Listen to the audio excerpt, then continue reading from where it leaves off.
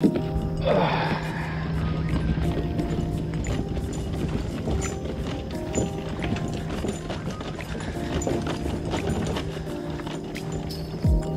a quality boat dock here. Oh.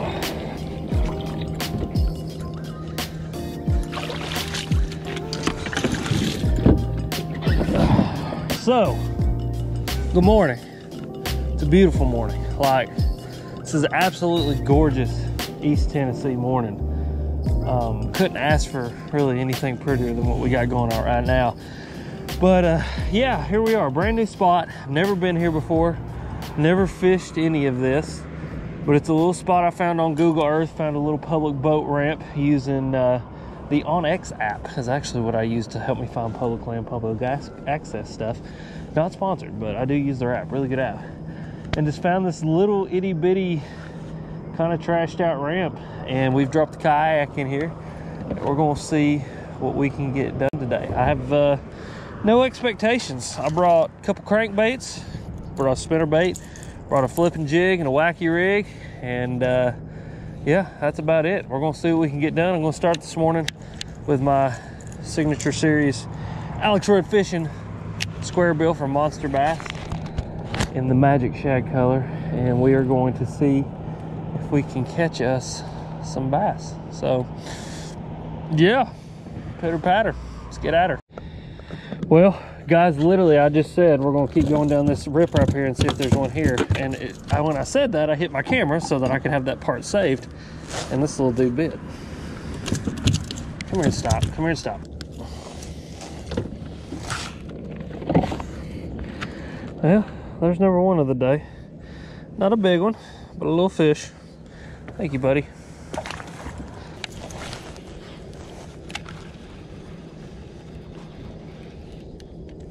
Yep.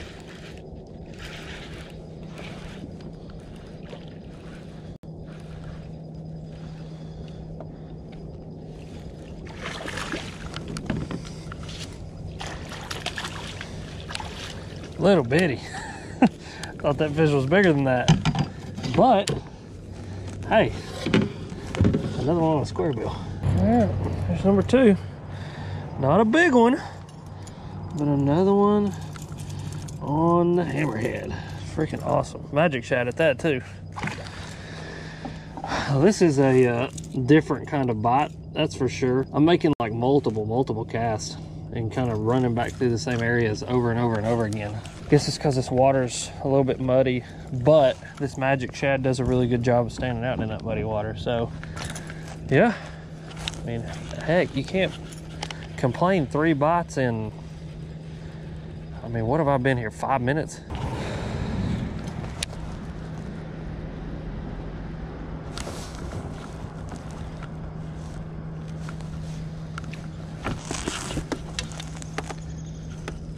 That's a better one.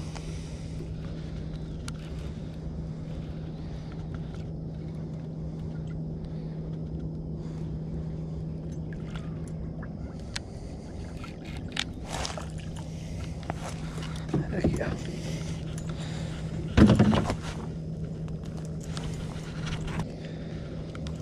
Oh, there we go. There's another one. No big ones yet, but a lot of bites. I like a lot of bites, because a lot of bites means one of them will end up being good eventually.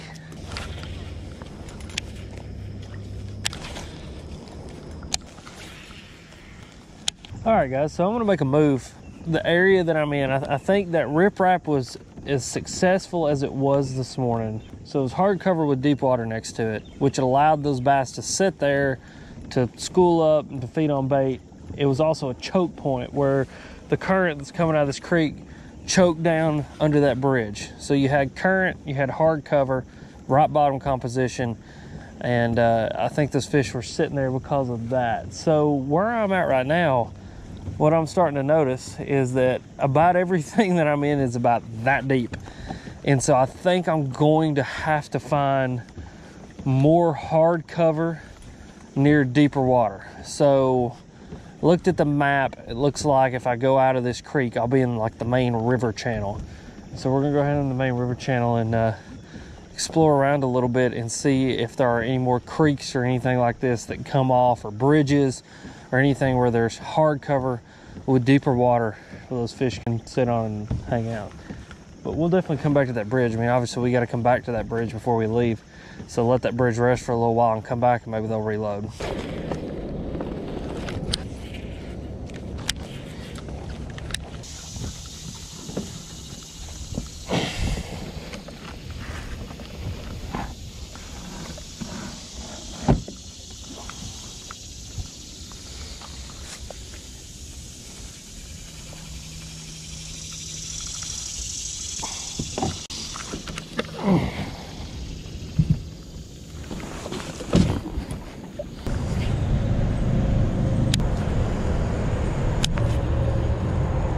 Well, boys and girls, I have not had a bite since this morning when I got on those fish on that riprap near that bridge. Pedaled back to another bridge, there was no fish on that. Went pretty good ways back in the creek, no fish back there. Squirreled my way back in the creek, no fish back there. And now we're making our way back down here to this first creek that we started in. I'm gonna hit a few key spots that I saw on the way out, on the way back in, and then hit that bridge one more time just to see if there's some fish there. But right now, I'm dealing with a weird squeaking and popping sound in my Hobie. I don't know if you guys can hear that, but it just started doing that all of a sudden. I don't know what it is. It's like a squeak when I push, and then when I pull back, it clicks. So it's like a squeak and a click. So yeah, I looked up a few things that it possibly could be, saw a few adjustments that I can do to it. So we're gonna have to get home and figure out what the deal with that is, figure out what the squeak is, figure out how to adjust that part. But that's the first thing so far that is, I wouldn't say gone wrong, because a squeaking and a popping isn't really anything that's gone wrong. It's just a weird inconvenience. But it's the first thing that's happened to the Hobie so far since I've had it. So yeah, we're gonna fish a few more spots, then we're gonna load the old Hobie up and get home. And I want a video trying to figure out what the deal with this is. I can see some movement going on in the drive where there didn't used to be movement. And like I said, I saw on some resources on the Hobie website of some adjustments that you can make that apparently will get rid of this sound. So yeah, let's get up here. Let's fish this bridge. Let's fish this riprap one more time, then get the Hobie loaded up, and I will get back home into the beard barn and we will take a look at this and try to figure out what in the world is wrong with my Hobie. It was ridiculous, man. Golly, I just got hammered. There he is. Golly, that's a big one. Don't jump no more. Don't jump no more. No. You stay down. Just stay down. Just stay down. Just stay down. Stay down. Lord have mercy. Stay down. Stay down. Stay down. Stay down. Oh, stay down. Stay down. Come on. Come back up here where I can see you. Golly, dude, this fish. Come on, quit that shit. No, you stop that. There we go. Oh, he come off in the net. There you go. Heck yeah. He ain't that big. He's just a chunk, though. He's damn chunkalingus is what he is. Get out of here, bud. Colors I made. Ain't nobody pays attention to it either.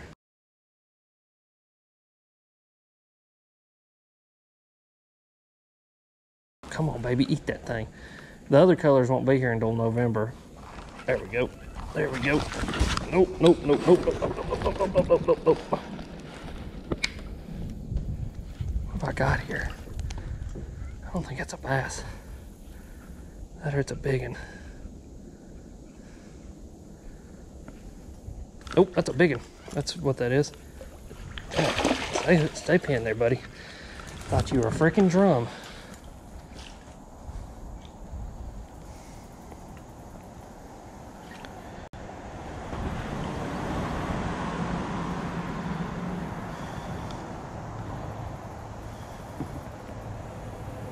Stop it.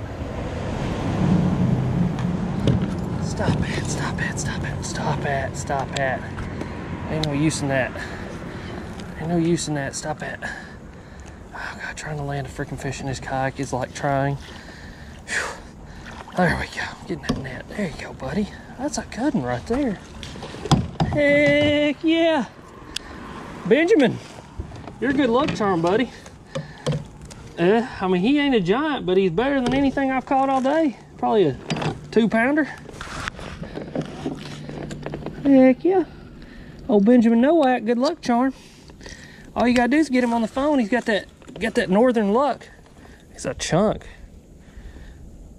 That's right, yeah. That's how it works, man. That's a good little fish, dude. That is a unit. I mean, like an absolute unit. Bye, bud. Heck yeah.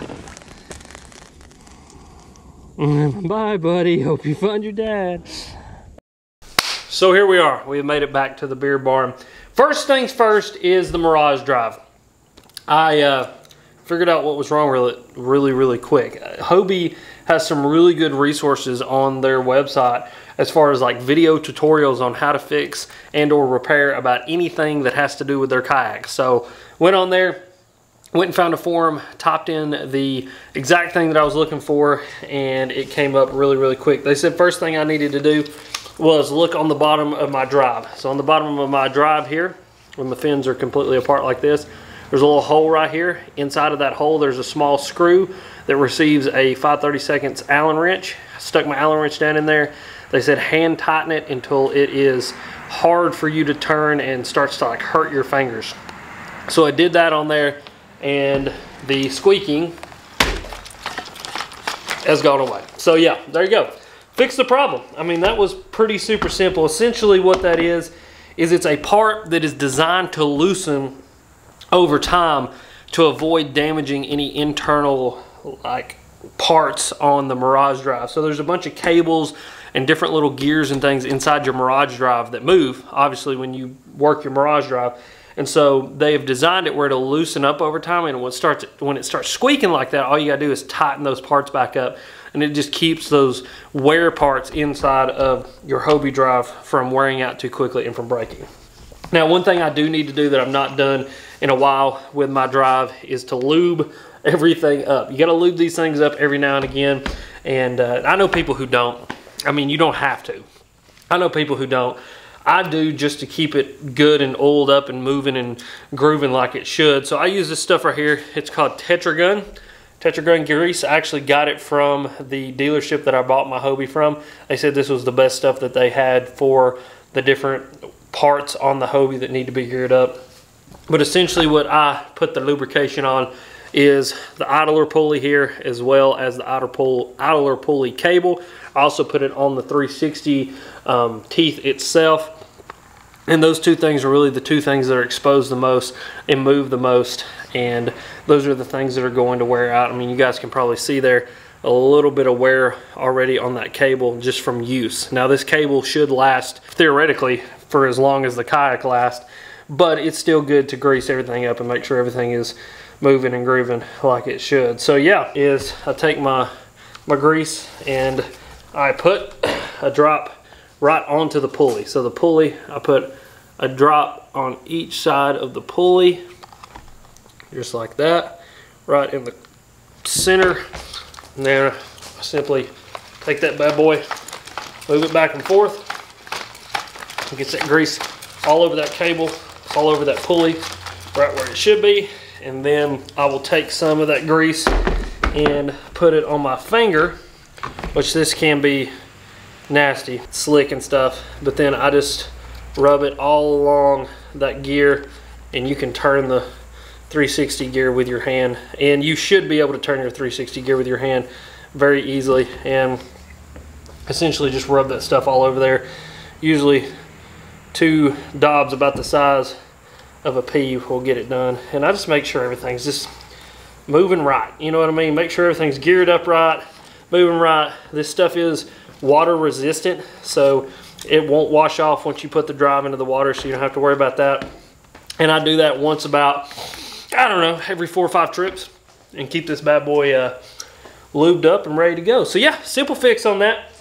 I really didn't think it was anything too detrimental to the use of the Hobie Drive, but super simple fix there, and that's bing bang boom, done. So yeah, I'll have a 6-month review of my kayak very, very soon. As soon as I get to the 6-month point of owning it, we will have a 6-month review. Now, talk about what happened in today's video as far as catching the fish that I did. Catching the fish that I did was just a really good look and a really good picture at fall fishing and fall square bill fishing, and really capitalizing on an area where fish are grouped up and where they're schooled up. You know, I've been talking about this, I've been showing this in multiple videos. This time of year, the fish start to school up, and when you find one, you're probably going to find more than one, and you need to set and cast at areas over and over and over again, and that's what I did today. Ended up catching, I think, 6 or 7 fish out of that one spot, and actually left it and came back to it at the end of the day, and it had reloaded with a couple bigger fish. Now, the reason they were sitting there, super duper simple. That bridge created a choke point. So a creek was flowing into that bridge, wind was blowing into that bridge, and all of the water from the current of the creek moving and the wind blowing had to funnel down under that bridge. And those fish were sitting on that riprap, using that riprap as an ambush point to ambush the bait that was getting pushed under that bridge, where the current was pushing through that bridge and tunneling down and funneling down under that bridge. And that's why those fish were sitting there. And what was really cool today was to see at the beginning of the day, when the sun wasn't very high in the sky, how the fish kind of moved out and kind of distributed out around the front of the bridge, around that point that the riprap made, and they were kind of all in that area. But as the day went on and the sun got up, they actually started to push more under the bridge and use the shade of the bridge. And so there again were the 3 big factors that I talked about in my 3 factors that a lot of anglers miss. Is you had an area that had the right bottom composition. It was that riprap, it was that hard bottom, it was a little bit deeper, it had all those things that the bass needed. It was an area where current was pushing into, where you had wind current and natural current pushing into an area and kind of funneling down into an area where the bait was getting pushed into an area. And then the sunlight at the end of the day and the beginning of the day played a role, because at the beginning of the day it wasn't very high. There was a lot of shadows casted on the water right there, so those fish were more distributed. But as the sun got up, it consolidated those fish up under that bridge, and that's where they were sitting. Now, as far as what I was using to catch the fish I did today, I was doing one of my absolute favorite things, and that is cranking a square bill crankbait. And I was using my Alex Rudd Fishing Signature Series Monster Bass Square Bill crankbait in the Magic Shad color. This color right here is a special little color, because even though it is a translucent, you guys can see the light passes right through that thing. I can see almost all the way through this bait. Even though it is a translucent color, it does really, really good in muddy water. And the reason for that is, on really sunny days in clear water, the translucence allows the light to penetrate through the bait, and when that bait rolls and when it's bouncing off of cover and it's rolling off of cover and deflecting off of stuff, all the colors blend together to look like a shad.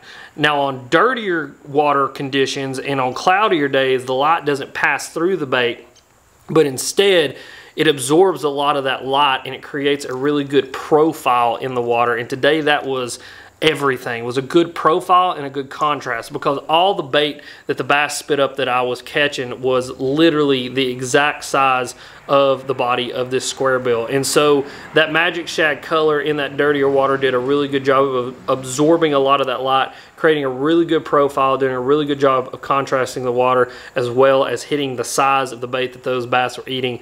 And they were just straight munching it today, like you guys saw. And so Magic Shad, again, I'll say it again, and I'm going to keep saying it until you guys finally pick yourselves up some and believe what I'm saying, is one of those colors that in clear water, dirty water, mixing water, it doesn't matter. Pick up a couple, because you're going to be really surprised. And then I was throwing that on my 7-foot medium heavy moderate action winch cranking rod. They actually have this one labeled as the square bill rod. And this is a rod that I specifically asked for because I had heard so many good things about it and talked to a lot of people that have been using Abu for a long time. And they said, man, we know you're a square bill nut. Get the square bill winch rod. And they are right. Damn thing is just freaking right, boys. I mean, like, you know me. When I say it's right, it's right. Like, it is just built the right way. It's got a good parabolic bend, does a really good job of driving hooks in, absorbing those head shakes, absorbing those run necks to the boat, but it shuts off to a really hard backbone, which allows me to drive those big number 4 size, 2x strong hooks into those fish's face and keep them pinned. And then I had that paired up with a Abu Garcia ALF. And this ALF is a wicked little rod, a little bit smaller profile, a little bit smaller handle handle, a little bit smaller spool, which allows you to throw that 12-pound fluorocarbon like I like to throw my square bills on really accurately, make really long casts with this thing. Just such a cool little reel, a little bit higher price point, but it's one of those reels that for me, like on my square bill rod, and this is kind of my philosophy, right? On my square bill rod, I'm going to make thousands and thousands, if not hundreds of thousands of casts within a year with this rod and this reel, right? And with these baits. And so I gotta have a reel, number one, that's gonna be able to stand up to that kind of just constant use. But number two, I need to have a reel that does the job that I need it to do really, really effectively. And I just feel like this reel is that reel. It makes me super efficient. It allows me to make accurate casts while being able to make long casts. It's just a really cool reel. So if you've not checked out the ALF, go check one out. I'll have it linked down below. And then again, 12-pound fluorocarbon is what I was throwing that on. This is FC Sniper, 12-pound, really good stuff. You guys know I've been obsessed with FC Sniper as of late just because it is really good line and does a really good job of everything that I need it to do. But yeah, that's what we were throwing today. I am so glad that that little setup is back out and that it's going to be something that I can just lock in my hand and go catch some fish with. But as always, guys, thank you for watching. Some questions or comments, you know where to go leave them. Also, go down in the description of everything linked that I talked about. Also, make sure to tune in to Friday Night Live. We are going to be giving away some awesome stuff this week on Friday Night Live, so make sure and tune in for that. And as always, you guys are sweet, and thank you for watching.